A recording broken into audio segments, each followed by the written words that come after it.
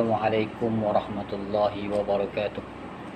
Alhamdulillahi rabbil alamin, wassalatu wassalamu ala asyrafil anbiya'i wal mursalin Sayyidina Muhammadin wa ala alihi wa sahbihi ajma'in.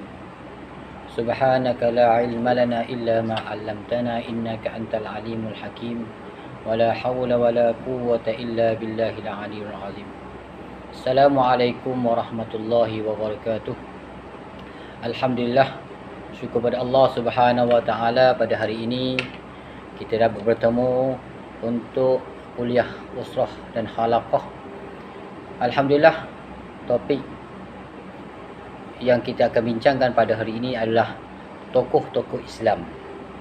Sebelum kita membicarakan tokoh-tokoh Islam, kita kena melihat kegemilangan tamadun Islam semasa munculnya tokoh-tokoh Islam di dunia Islam. Kegemilangan Islam ataupun tamadun Islam, kalau kita melihat sejak tahun 750 hingga 1250, iaitu pada zaman Kerajaan Abbasiyah ataupun dinamakan Hadratul Islamiyah. Di situ muncullah para ahli falsafah, ahli sains, ahli jurutera di dunia Islam yang banyak menyumbang kepada teknologi dan sains.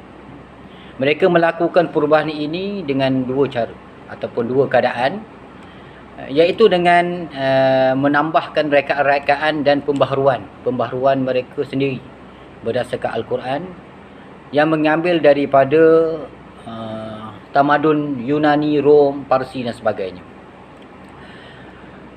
Maka muncullah pelbagai pusat kegiatan intelektual ataupun sains Islam, dan muncullah kesenian Islam, falsafah Islam, sains dan teknologi, perubatan dan kejuruteraan dalam tamadun Islam. Dari segi kesenian, ia bermula pada tahun 750 hingga abad ke-16. Apabila seni tembika, seni kaca, seni logam, manuskrip, berhias, seni pertukangan kayu, semuanya orang Islam telah melakukan satu perubahan dan menggambarkan kesenian Islam itu sendiri. Dari segi falsafah, ahli falsafah Islam yang terkenal seperti Al-Kindi, Al-Farabi, Ibn Sina, Ibn Khaldun, Al-Khawarizmi, semuanya adalah ulama-ulama atau pakar-pakar falsafah, ahli falsafah Islam yang muncul pada zaman itu. Contohnya di Spanyol, kesusastraan falsafah Arab diterjemahkan kepada bahasa Ibrani, bahasa Latin dan juga Lidano. Penterjemahan falsafah ini telah menyumbang kepada kemajuan falsafah Eropah yang moden. Sebab sebelum itu Eropah negara yang sangat mundur ataupun tidak maju seperti negara Islam. Begitu juga dengan sains. Kebanyakan ahli sains Islam yang paling terkenal seperti Ibn Haytham hidup pada zaman kegemilangan Islam ketika itu, antaranya pencapaian mencapai tahap kecendekiawan Islam semasa zaman itu ialah dia telah mereka ataupun buat satu trigonometri, kemajuan dalam bidang optik ataupun mata, serta kemajuan dalam bidang astronomi, termasuklah pembinaan balai cerap, serta pencapaian astronot yang terkenal lah pada zaman itu. Begitu juga dari segi perubatan, di mana hospital-hospital telah dibina di semua kota-kota yang telah diduduki oleh orang Islam, seperti di Kahirah. Begitu juga di muncul juga kaki tangan ataupun ahli farmasi ataupun jururawat Islam ketika itu. Terdapat juga kemudahan-kemudahan yang disediakan untuk penyelidikan, perubatan. Disebabkan itu menyebabkan kemajuan dalam agama ataupun jenis-jenis penyakit dapat ditengok ataupun dikaji, dan dia telah melihat dalam kajian tentang jenis-jenis penyakit berjangkit. Begitu juga dalam penyidikan optik ataupun berkaitan dengan mata. Malah ada juga doktor-doktor Islam telah membuang keterak mata dengan menggunakan cara yang betul lah, sebagaimana yang terdapat pada zaman kegemilangan Islam, yang tidak terdapat pada zaman Eropah ataupun Barat ketika itu. Begitu juga Islam juga berjaya dalam konteks seni bina dan juga kejuruteraan. Seperti dia telah membina Masjid Agung di Iraq pada tahun 847.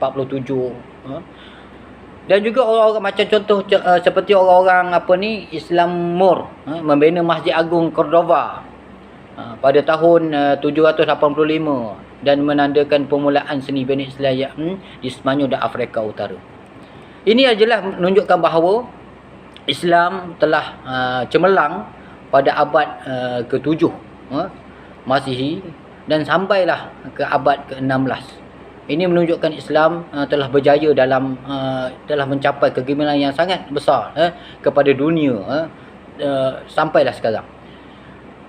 Di samping kecemerlangan Islam, ada juga kita melihat bahawa Islam ini ada zaman kemerosatannya, tamadun Islam.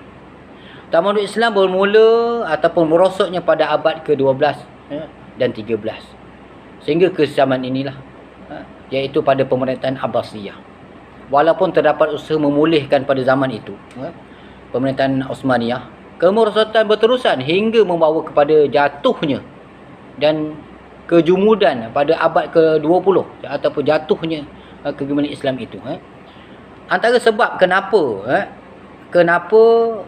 merosotnya kegemilangan Islam atau tamadun Islam, salah satu antaranya ialah salah urus politik pada abad ke-10 dan juga penutupan kepada pintu-pintu ijtihad. Pada sebelum ini ijtihad terbuka luas, tetapi pada abad ke-12 pintu ijtihad telah tertutup.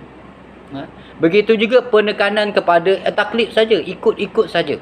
Apa yang dibuat terdahulu ikut saja, tidak terbuka. Begitu juga pencerobohan asing ataupun tentera salib abad ke-11, Mongol abad ke-13, dan begitu juga kuasa Eropah abad ke-19, dan juga kerana faktor-faktor ekonomi dan politik. Itulah antara penyebab kepada jatuhnya Islam ataupun tamadun Islam. Contohnya institusi ilmu seperti madrasah, perpustakaan, termasuklah Baitul Hikmah di Iraq tu, balai cerap dan hospital juga dimusnahkan oleh kuasa asing seperti tentera salib dan Mongol, menyebabkan tradisi ilmu tidak lagi digalakkan di kawasan yang dimusnahkan. Bukan sahaja itu, kita melihat bahawa alat-alat yang baru penerbitan, bukan sahaja tiada alat-alat baru penerbitan diterima, tetapi juga terdapat juga butuh huruf dalam kalangan masyarakat ketika itu yang sangat tinggilah di kawasan musnahnya ataupun jatuhnya kegemilangan Islam. Itulah punca kepada kemerosotan kepada tamadun Islam. Dan tetapi kita melihat bahawa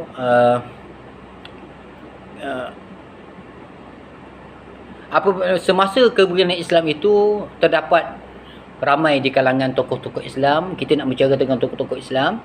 Ramai di kalangan tokoh-tokoh Islam ini yang kita kena pertengahkan. Antaranya kita melihat, pertama sekali kita pergi kepada mazhab lah, iaitu kepada Imam Al-Syafi'i. Imam Al-Syafi'i ini nama dia Muhammad bin Idris bin Al-Abbas bin Osman bin Syafi'i bin As bin Sa'id, ataupun dikenali sebagai Imam Al-Syafi'i. Lahir pada tahun 150 Hijrah bersamaan dengan 767 Masihi di Gaza atau di Palestin. Dibesarkan di Hijaz.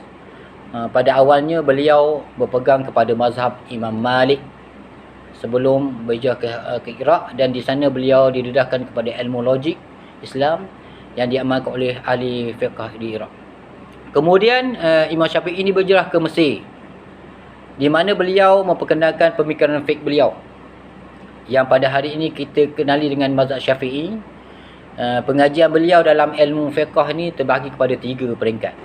Peringkat permulaan ialah ketika beliau di Mekah dan Madinah dan Hijaz. Setelah itu dilatih untuk menjadi ahli fiqh yang mengutamakan sunnah Nabi. Begitu beliau telah dihantar ke Iraq. Di Iraq bermulalah peringkat kedua, iaitu pengajiannya. Beliau dengan mendapat pendidikan mengenai fatwa dalam menentukan hukum-hukum dalam Islam. Dan akhirnya peringkat yang ketiga adalah ketika beliau di Mesir dan mengasaskan mazhab Al-Syafi'i ataupun mazhab Syafi'i.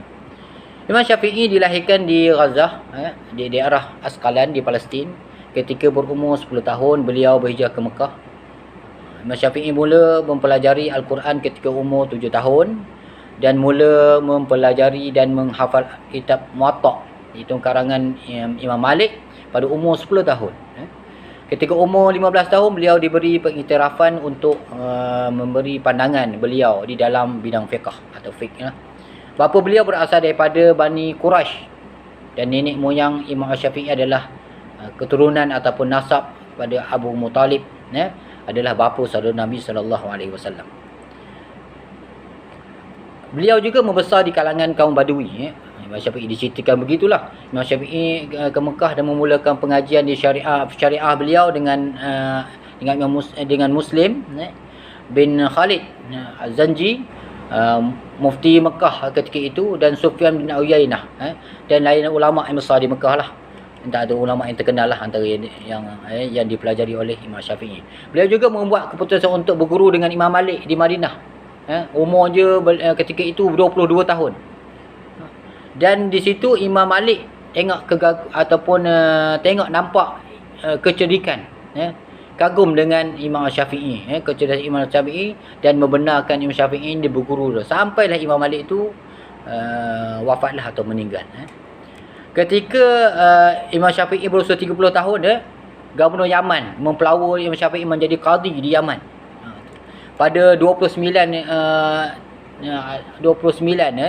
Rejab pada 204 Hijrah bersama dengan 820 Masihi, beliau meninggal dunia. Beliau dimakamkan di perkuburan Bani Abdul Hakam Al-Hakam, berdekatan Gunung Muqattam. Itulah sedikit tentang Imam Syafi'i.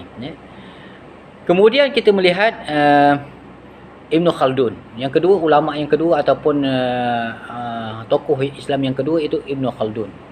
Nama penuhnya adalah Abdul Rahman Ibnu Muhammad bin Abi Bakr Muhammad Ibnu Hasan Ibnu Khaldun.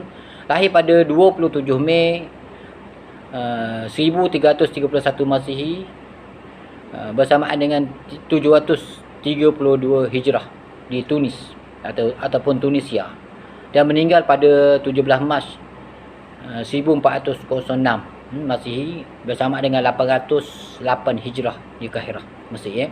Merupakan salah seorang pakar sains Islam yang hidup antara tahun 1331 hingga 1390 Masihi lah.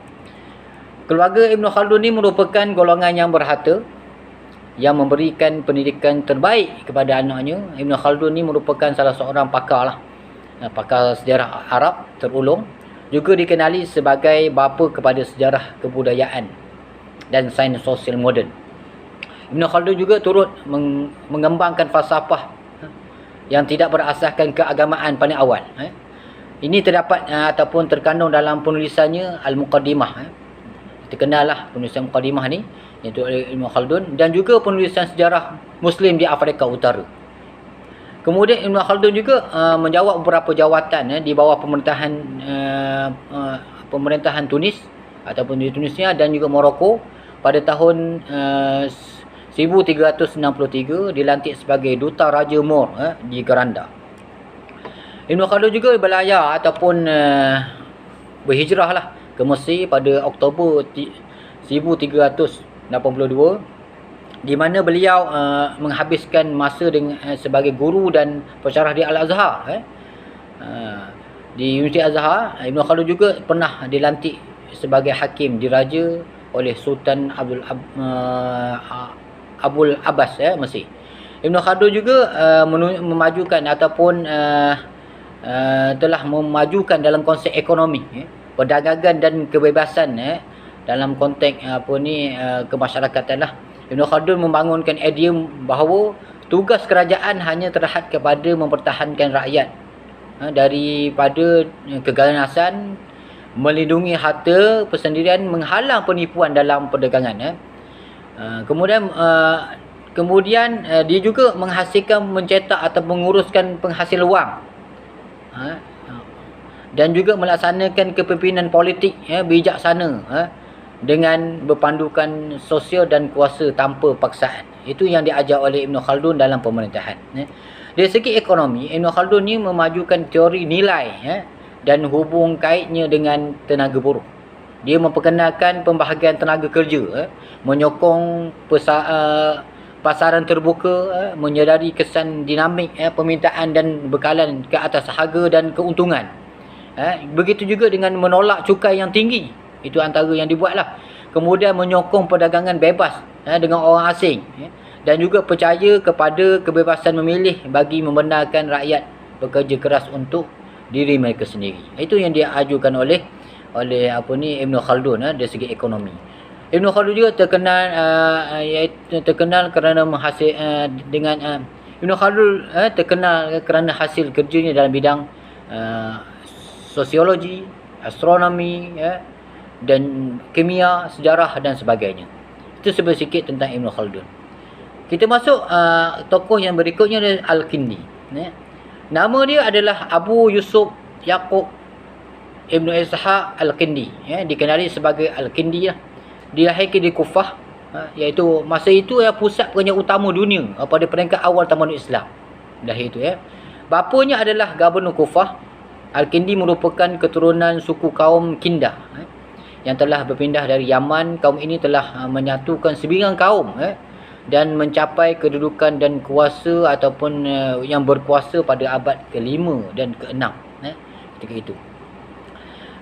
Pendidikan Al-Kindi bermula di Kufah, kemudian di Basrah dan akhirnya di Baghdad.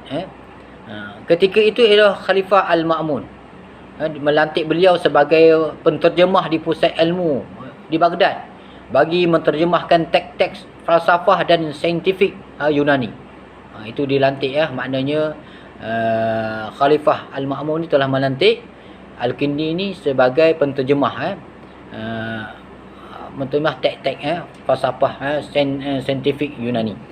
Sebagai seorang doktor, dia juga Al-Kindi telah membuat penentuan dan menggunakan dos ubat daripada dadah yang terdapat pada masa itu. Dia telah meletakkan dos-dos tertentu dalam perubatan. Antara sumbangan besarlah Al-Kindi ni kita melihat iaitu mengenai 11 teks yang menerangkan mengenai nombor dan analisis nombor. Itu yang terjemahkan oleh Al-Kindi lah daripada Yunani. Begitu juga Al-Kindi juga menghasilkan 241 buah buku dalam pelbagai bidang. Melengkapi bidang apa? Astronomi, aritmetik, geometri, perubatan, fizik, falsafah, logik, psikologi, muzik dan sebagainya lah. Itu antaralah yang telah dihasilkan oleh Al-Kindi. Kemudian kita melihat ataupun pergi kepada tokoh yang berikutnya, Al-Farabi. Al-Farabi merupakan tokoh ahli fikir yang terkenal terutamanya dalam bidang falsafah lah. Nama sebenar beliau ialah Abu Nasr Muhammad bin Tarahan. Sebelum ini antara gelaran beliau yang telah diberi kepadanya seperti Abu Nasr ataupun dinamakan Al-Muallimun Al-Thani, iaitu guru kedua lah. Namun kalau kita melihat Al-Farabi ini dipanggil juga dimasyhur lah sebagai Al-Farabi lah. Di dunia barat beliau dipanggil sebagai Al-Farabius, Al-Farabius. Beliau dilahirkan pada sekitar tahun 257 Hijrah bersamaan dengan 870 Masihi, semasa pemerintahan Khalifah Muta'alallah, dan meninggal dunia semasa pemerintahan Abu Qasim Al-Muta'alallah pada tahun 861. 61. Tempat lahir beliau di Wasij, dalam daerah Farad, di Turki. Dikatakan meninggal dunia di Damsyik pada tahun 339 Hijrah ketika berumur 80 tahun. Lama dia hidup, 80 tahun. Al-Farabi mempunyai kepribadian yang tinggi dan memiliki daya akal yang sangat tinggi sejak dari awal lagi, dan mempunyai kelebihan menguasai hampir ke semua bidang ilmu pengetahuan. Itu Al-Farabi. Beliau telah mempelajari pelbagai pendidikan dan ilmu seperti fiqh, tafsir, ilmu hadis, Dan juga Al-Farabi juga menjalani kehidupan di dunia, berdasarkan sistem yang tersendiri. Dia mengamalkan cara hidup zuhud. Lebih kecenderung pada mengasingkan diri, iaitu uzulah. Itu Farabi ni. Malah beliau juga tidak tertarik untuk tinggal di rumah besar yang dengan penuh kemewahan. Itu zuhud dikatakan Al-Farabi ni. Beliau juga terkenal dengan sebagai seorang yang tekun belajar dan menuntut segala jenis ilmu, pengetahuan, dan berminat mengikuti aliran pemikiran daripada pelbagai-bagai ahli fikih. Beliau juga mengisi masa usianya dengan membaca dan menulis, di samping membuat komentar ataupun komen terhadap tulisan-tulisan falsafah dan mantik Yunani. Beliau juga mempunyai keupayaan yang tinggi dalam menguasai dan menggunakan bahasa, sehingga beliau dapat menguasai 70 dialek bahasa. Allah Ta'ala beri kelebihan pada dia. Beliau juga pandai bermain alat muzik. Dia sampai menulis buku muzik pun dia menulis, dengan tujuan untuk memberi idea yang lebih baik terhadap buku Yunani. Yang dulunya dikatakan buku Yunani mempunyai terdapat beberapa kekaburan, tak jelas. Dijelaskan dalam cara pemuzikan dia buatlah. Kemudian Al-Farabi juga menjalani asas pendidikan berdasarkan 2 disiplin yang besar, iaitu pertama pendidikan awal di tempat dia sendiri, keduanya ilmu pengetahuan yang ditimba di sebanyak pengajian dan pengembaraan di luar Arab ni, Farad ni. Antaranya ilmu pernah dipelajari pada tahap pertama ialah fiqh hadis, tafsir Al-Quran dan bahasa yang dijelaskan awal tadi. Selain itu, Al-Farabi juga dilaporkan ataupun diceritakan menuntut ilmu muzik, matematik, astronomi dan sebagainya. Mengenai pekerjaan harian, dikatakan bahawa Al-Farabi seorang qadi, dia bekerja sebagai qadi, dari segi kerja dia sebagai qadi. Itulah sedikit tentang Al-Farabi. Begitu juga kita melihat tokoh yang berikutnya seperti Ibn Rushd, iaitu nama dia Abu Walid Muhammad Ibn Ahmad. Lahir pada 1126 Masihi dan meninggal dunia pada 1198 Masihi. Merupakan ahli falsafah, perubatan, matematik, teologi, ahli fiqh bermazhab Maliki, dan juga dia terkenal dengan mempelajari ilmu astronomi, geografi dan sains. Beliau dilahirkan di Spanyol, dan meninggal dunia di Maghrib ataupun Morocco. Beliau dianggap sebagai ahli falsafah paling agung pernah dilahirkan dalam sejarah Islam. Pengaruhnya bukan sahaja berkembang luas di dunia Islam, tetapi juga di kalangan masyarakat Eropah. Dunia Barat lebih mengenali sebagai Averroes. Beliau lahir dalam keluarga yang berilmu dan ternama. Bapa dan datuknya merupakan qadi di Cordova, ataupun sekarang ini Spanyol lah. Beliau telah dihantar untuk berguru dengan Ibn Zuhr, mempelajari ilmu fiqh dan perubatan. Sebelum meninggal dunia, beliau telah menghasilkan buku yang terkenal, At-Taysir. Buku ini telah diterjemahkan ke dalam bahasa Latin dan bahasa Inggeris. Ibn Rushd juga mempunyai hubungan yang baik dengan kerajaan Islam, Muwahhidin. Ini membolehkan beliau dilantik sebagai hakim di Sevilla pada tahun 1169 Masihi. Kemudian beliau dilantik sebagai hakim di Cordoba. Kemudian beliau dilantik sebagai doktor istana pada tahun 1182 dan beliau meninggal pada akhir tahun 1198. Itulah sedikit tentang Ibn Rushd. Kemudian kita lihat satu lagi tokoh yang akhir, iaitu Ibn Sina. Ibn Sina terkenal kepada bapa perubatan dunia. Ibn Sina dilahirkan pada tahun 370 Hijrah bersamaan dengan 980 Masihi di Asfahan, Bukhara, iaitu Turkistan. Turkistan di Turkistan. Nama sebenarnya ialah Al-Husain bin Abdullah bin Al-Hasan bin Ali bin Sina. Beliau mula mempelajari Al-Quran semenjak berumur 5 tahun. Beliau menghafal Al-Quran ketika berusia 10 tahun. Ibn Sina juga mula belajar sendiri setelah berusia 16 tahun. Beliau sangat menyenangi atau suka ilmu kedoktoran dan metafizik. Beliau telah dikenal sebagai ahli falsafah dan doktor di Bukhara. Ibn Sina mula menjadi doktor ketika berusia 18 tahun. 18 tahun dah menjadi doktor. Ibn Sina mula dikenali ramai setelah berjaya menyembuhkan Nuh bin Mansur. Pemimpin lah ketika itu, salah seorang pemimpin di dinasti Samaniyah pada tahun dululah, pada ketika itu beliau dilantik sebagai menteri sebanyak 2 kali kerana terlibat dengan persoalan politik. Dia dipenjarakan, pernah dipecat daripada kedudukan sebagai menteri. Dan Ibn Sina banyak menulis karya, hampir 200 buah karya. Karya beliau yang terkenal ialah Al-Qanun Tib, diterjemahkan dalam dan pernah diterjemahkan dalam bahasa Latin, dalam bahasa Inggeris sebagainya. Karya menjadi rujukan universiti terkemuka dunia.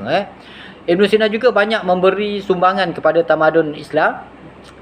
Dan juga Ibn Sina meninggal dunia pada tahun 428 Hijrah bersamaan dengan tahun 1037 Masihi di Hamadan.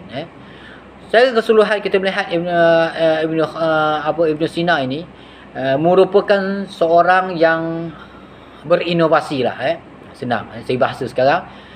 Ini dibuktikan dengan beliau banyak melakukan penyelidikan dan menghasilkan karya dalam pelbagai bidang ilmu. Utamanya dalam bidang perubatan lah. Selain itu, Ibn Sina adalah seorang yang pintar dan taat kepada Allah.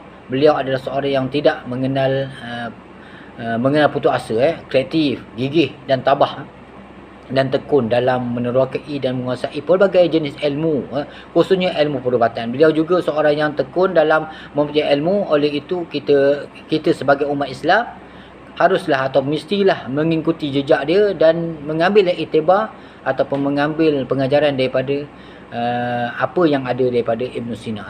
Semangat usaha dia lah, dan juga dalam kita mempelajari ilmu. Kalau kita lihat kepribadian Ibn Sina ni, pertama sekali Ibn Sina ni dia menceri sangat ilmu ni.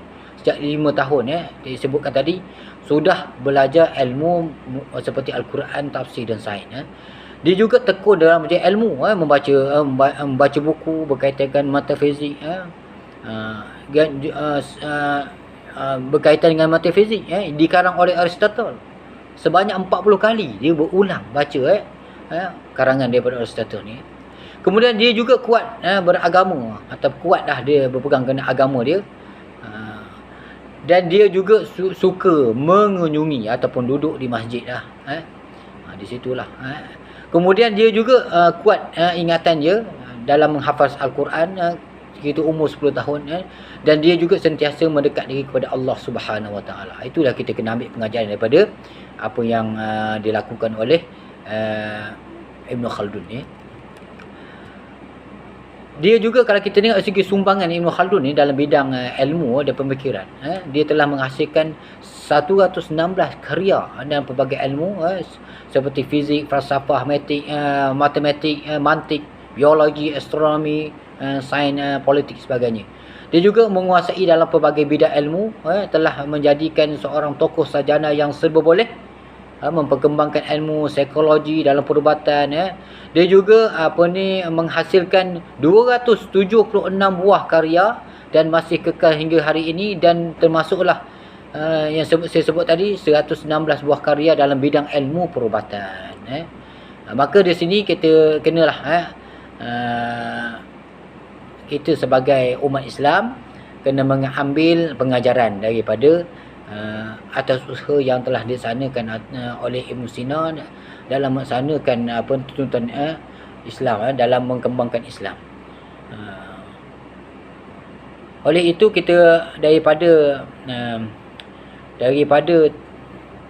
penerangan atau penjelasan saya tentang tamadun Islam atau kemimpinan Islam atau tokoh-tokoh Islam tadi, kita melihat bahawa kita sebagai seorang Islam atau pelajar Islam atau siswa-siswi Islam, kita kena ambil pengajaran dan iktibar daripada apa yang telah dilakukan oleh tokoh-tokoh Islam itu untuk dunia Islam dan untuk dunia seluruhnya. Dan di situlah bermulanya pada zaman ketika itulah Islam berkembang sampailah ke hari ini. Orang-orang ataupun pakar-pakar merujuk lagi ataupun melihat lagi penulisan-penulisan atau karya yang telah ditulis oleh tokoh-tokoh terdahulu yang kita kenali sebagai tokoh-tokoh Islam yang terkenal seperti Ibn Khaldun, Ibn Asy-Syafi'i, Ibn Rushd, Ibn Sina dan sebagainya. Mereka ini adalah tokoh yang sangat hebat dalam dunia Islam yang telah banyak menyumbang kepada ilmu dan perkembangan tamadun Islam yang gemilang ketika zaman dia dan memberi sumbangan yang besar kepada umat Islam dan dunia pada hari ini. Wallahu a'lam. Wassalamualaikum